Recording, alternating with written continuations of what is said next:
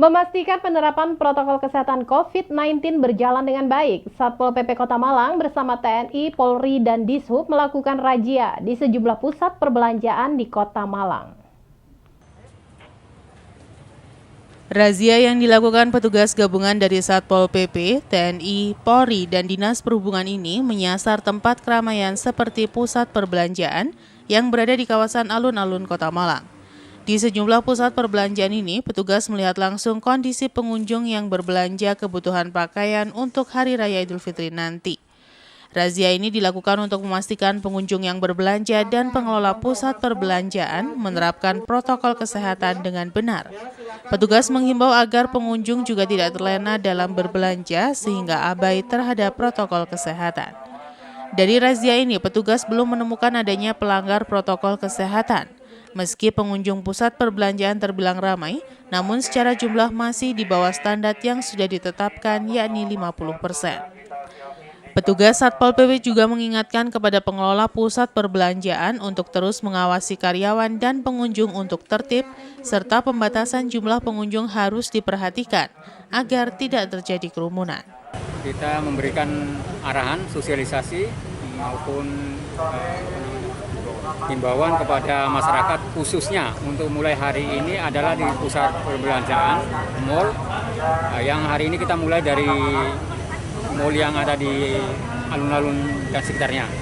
Ya, nanti besok malam kita lanjutkan ke pusat perbelanjaan yang lain. Yang pertama protokol kesehatan ya, ada lain harus pakai masker, menghindari kerumunan ya.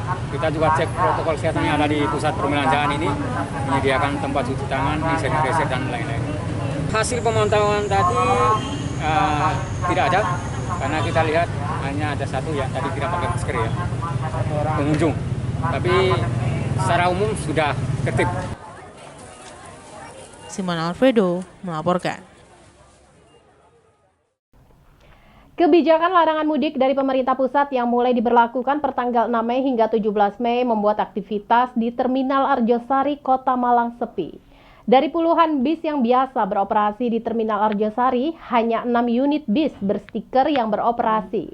Sementara jumlah penumpang sepi dan hanya 70 penumpang yang berangkat di hari pertama berlakunya larangan mudik. Beginilah kondisi di Terminal Arjosari Kota Malang yang tampak sepi dari aktivitas hilir mudik penumpang dan bus pasca diberlakukannya larangan mudik yang berlaku per tanggal 6 Mei kemarin. Di dalam terminal hanya terlihat satu bus penumpang eksekutif yang berstiker izin beroperasi dari Dishub Provinsi Jawa Timur yang ngetem di tempat naiknya penumpang. Sedangkan di ruang tunggu dan penumpang sendiri tampak sepi. Dedi Irawan, salah satu sopir bus yang beroperasi, mengaku larangan mudik dari pemerintah pusat sangat berdampak pada sopir. Pasalnya sejak larangan diberlakukan, dirinya tidak mendapatkan penumpang walau sudah 1 jam ngetem di terminal. Sebenarnya sangat berdampak sekali. Biasanya penumpang rame, hari-hari kayak gini ada penumpang. Ini udah setengah jam kita parkir belum ada penumpang. Mas, ini kondisi kan sepi, terus kenapa memilih tetap beroperasi? Ya mau bagaimana lagi, kalau kita nggak beroperasi malah kita nggak dapat uang. Ini tahun lalu sama kayak begini apa enggak? Tahun lalu malah nggak jalan sama sekali. Tahun lalu kan di itu PSBB. Sejauh ini sebelum pelarangan mudik ini ramai juga apa sepi? Kalau yang sebelum-sebelumnya rame, apalagi pertengahan seperti ini banyak orang lalu lalang, mau pulang, mau berangkat, begitu. Sementara Kepala UPT Terminal Arjosari Malang Hadi Supeno mengatakan, pasca diberlakukannya larangan mudik, kondisi di Terminal Arjosari sangat sepi. Bus yang beroperasi hanya 6 bus AKDP yang mendapat stiker izin beroperasi dari Dinas Perhubungan Jawa Timur. Sedangkan untuk jumlah penumpang yang berangkat dari Terminal Arjosari, di hari pertama larangan mudik hanya 70 penumpang. Sementara penumpang yang hendak melakukan perjalanan menggunakan bus dari Terminal Arjosari Kota Malang, diwajibkan membawa surat rapid test bebas COVID-19. Yang operasi sampai saat ini 6 bis AKDP, ya, 6 bis AKDP. Yang terpantau adalah Restu yang sudah berstiker dari Provinsi Jawa Timur. Kita cek penumpang maupun bisnya. Bis harus berstiker kalau AKDP dari provinsi, kalau AKAP dari pusat.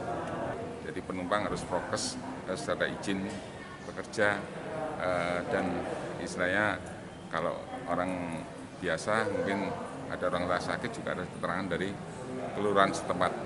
Ini masih sekitar hanya 70 penumpang dari 6 bis.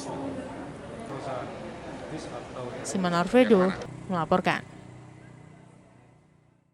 Pemberlakuan larangan mudik hari kedua dan memasuki hari kelima menjelang Lebaran. Tol Malang Pandaan sepi aktivitas kendaraan pribadi. Kendaraan yang melintas didominasi truk pengangkut barang menuju Malang Raya.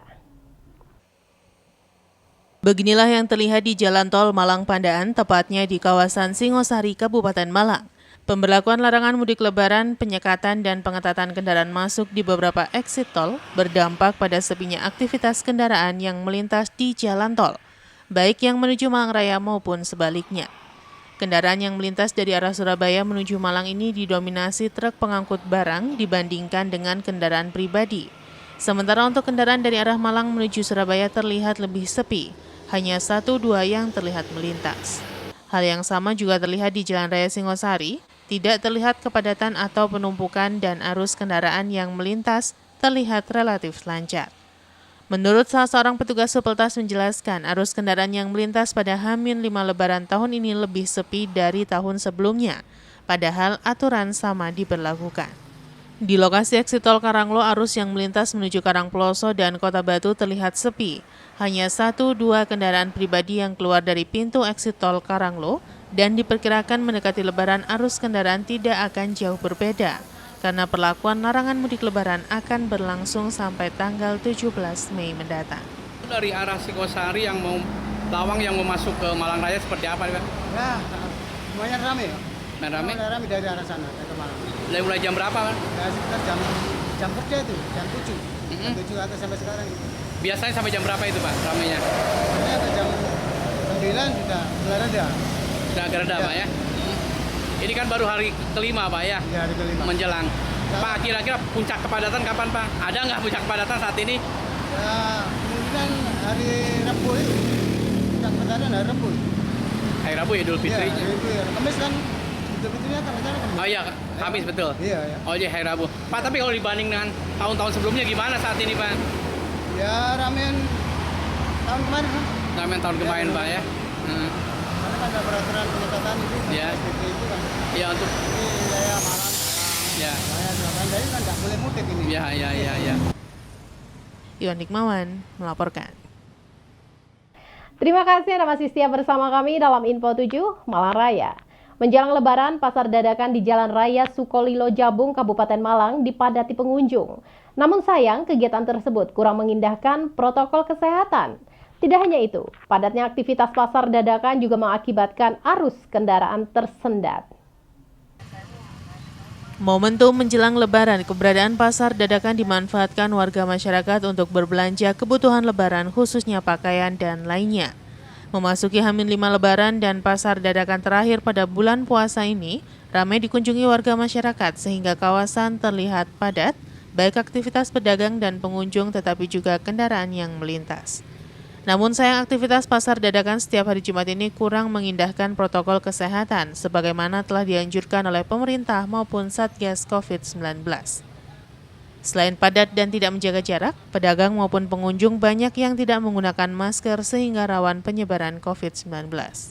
Menurut salah seorang warga menjelaskan, pasar dadakan ini setiap Jumat ramai pengunjung dan menjelang Lebaran jumlah pengunjung melonjak sehingga kawasan terlihat padat. Di sepanjang jalan tempat pasar dadakan berlangsung, arus kendaraan terlihat tersendat karena menyempitnya akses jalan dan terhalang oleh para pengunjung. Untuk memecah kepadatan, petugas pengatur melakukan pengalihan arus kendaraan agar tidak terjadi kemacetan. Jam 6 sampai jam 11. Tapi sekarang kelihatannya kok ramai betul, Bu ya? Ya, karena mau Lebaran. Mau Lebaran, Bu ya? Ini pengunjungnya dari mana aja nih pengunjung pasar ini, Bu? Ya dari mana-mana aja. Ya ada yang pakai, ada yang enggak. Jadi harapannya Ibu ke depan? Harapannya ke depannya ya. Untuk COVID-nya, Bu? Segera menghilang COVID-nya. Biar aktivitas juga bisa lancar kembali Bu ya. Iya. Oke. Tuan Ikmawan melaporkan. Pimpinan anak cabang Pemuda Pancasila Kecamatan Batu bagi-bagi takjil di kawasan alun-alun Batu. Selain membagikan takjil, mereka juga membagikan masker dan mensosialisasikan larangan mudik di Hari Raya Idul Fitri. Ratusan anggota Ormas Pemuda Pancasila dari Kecamatan Batu berbagi takjil di bulan Ramadan. Dalam kegiatan ini ada 5.000 takjil dibagikan kepada pengguna jalan yang melintas di kawasan alun-alun Kota Batu. Tidak hanya itu, bahkan untuk mencegah penyebaran COVID-19, para pemuda Pancasila ini juga membagikan 7.500 masker yang dibagikan secara gratis kepada para pengendara. Selain itu, mereka juga mensosialisasikan larangan mudik kepada masyarakat Kota Batu. Ketua PAC PP Kecamatan Batu mengatakan, bila kegiatan ini rutin digelar setiap bulan suci Ramadan dan berkeinginan agar PP bisa memberikan manfaat, berguna, dan berbuat untuk masyarakat, dengan harapan kegiatan ini bisa menjadikan PP semakin baik dan solid. Kita membagikan takjil dan masker. Untuk takjil kurang lebih sekitar 5.000 yang kita sebar di 5 titik. Begitu juga untuk maskernya kurang lebih sekitar antara 7 sampai 7,5. Ya, semoga PAC Kota Batu semakin berkembang, semakin solid, dan juga semakin berguna dalam hal berbuat untuk masyarakat. Sementara itu, Ketua MPC PP Kota Batu sangat mengapresiasi kegiatan PAC yang berkeinginan semua PAC juga memiliki ide, gagasan, dan inovasi agar lebih kreatif melalui gerakan-gerakan positif untuk membantu meringankan beban masyarakat. Diharapkan melalui kegiatan ini bisa bermanfaat untuk seluruh masyarakat dan bisa menjadi tauladan membantu pemerintah dalam memutus penyebaran COVID-19 dan membantu sesama di tengah pandemi COVID-19. Kami sebagai Ketua MPC sangat mengapresiasi sekali untuk kegiatan yang dilakukan oleh PAC Batu. Jadi harapan kami untuk menelurkan banyak kekreativitasan lagi, karena di sini ada bentuk-bentuk kreativitas yang berkolaborasi dengan teman-teman seni yang dari BP3. Ini ada pesan supaya jangan mudik, karena resiko lebih besar daripada kita mudik, karena kita di rumah ada orang tua, ada yang lebih daripada kita gitu. Yanto Yancung melaporkan. Terima kasih Anda masih setia bersama kami dalam Info 7 Malang Raya. Dalam rangka memperingati Hari Kebebasan Pers tahun 2021, Dinas Komunikasi dan Informatika Kota Batu menggelar sarasehan bersama wartawan lintas media sekota Batu. Hal ini bertujuan untuk bersama-sama meningkatkan kualitas dan esensi pemberitaan dalam menyikapi keberagaman dan perbedaan.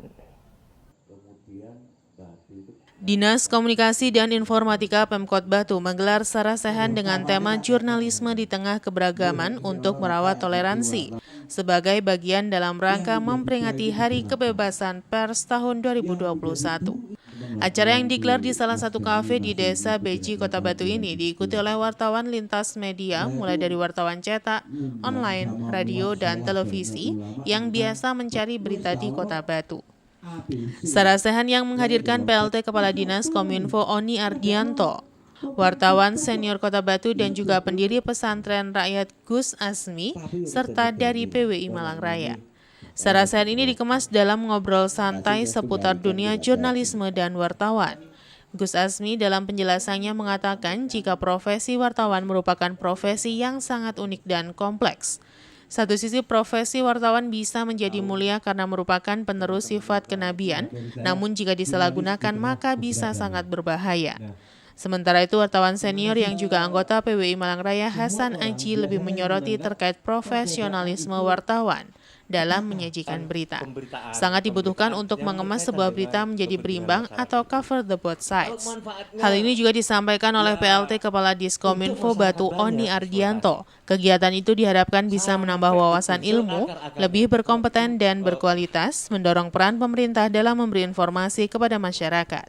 Tema ini sengaja dipilih agar wartawan Kota Batu bisa guyup rukun, terutama saat di lapangan yang seringkali menimbulkan gesekan antar jurnalis dengan narasumber dan juga antar jurnalis sendiri.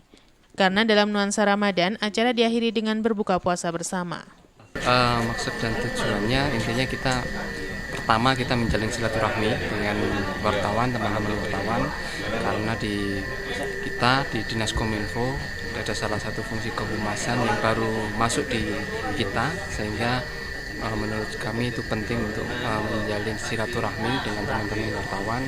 Kemudian yang kedua, untuk bisa meningkatkan pengetahuan juga pada teman-teman tentang jurnalisme yang bisa meningkatkan toleransi di masyarakat, terutama terkait dengan keberagaman sosial ya, keberagaman sosial. Yang ketiga tadi juga terkait dengan positif jurnalisme. Positif jurnalisme, bagaimana agar pemberitaan yang ada di dalam media itu bisa tersampaikan ke masyarakat, tapi juga bisa meningkatkan ketentraman, kedamaian, juga tidak menimbulkan kegaduhan lah dalam pemberitaan. Mungkin yang saya ingin sampaikan. Yanto Yancung melaporkan.